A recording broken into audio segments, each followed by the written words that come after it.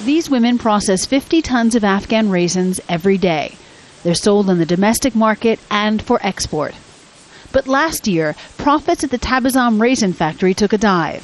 Political problems between Afghanistan and Pakistan forced the company to export through Iran and Turkey. Transport costs doubled practically overnight.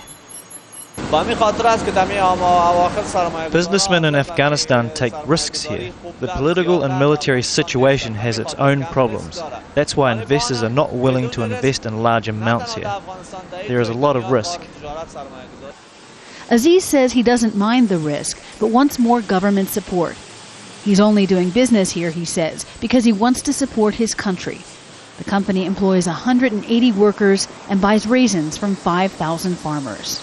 The owners here have plans to expand to process more raisins. They've even bought property to build a second factory so they can produce their own cartons. But those expansion plans are on hold for now. Like many Afghans, they're waiting to see what will happen here after 2014.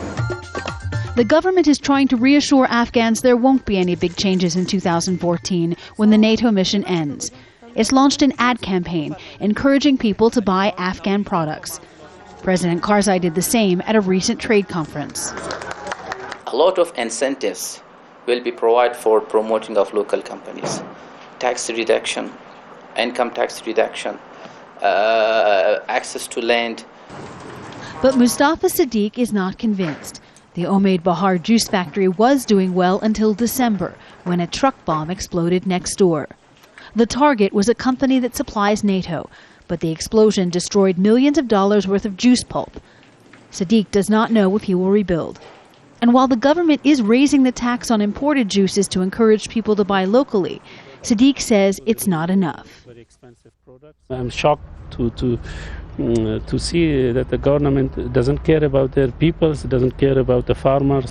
This company buys from 35,000 Afghan farmers. Sadiq says it's hard to let them down, but without more government support, doing business in Afghanistan may not be worth it. Jennifer Glasse, Al Jazeera, Kabul.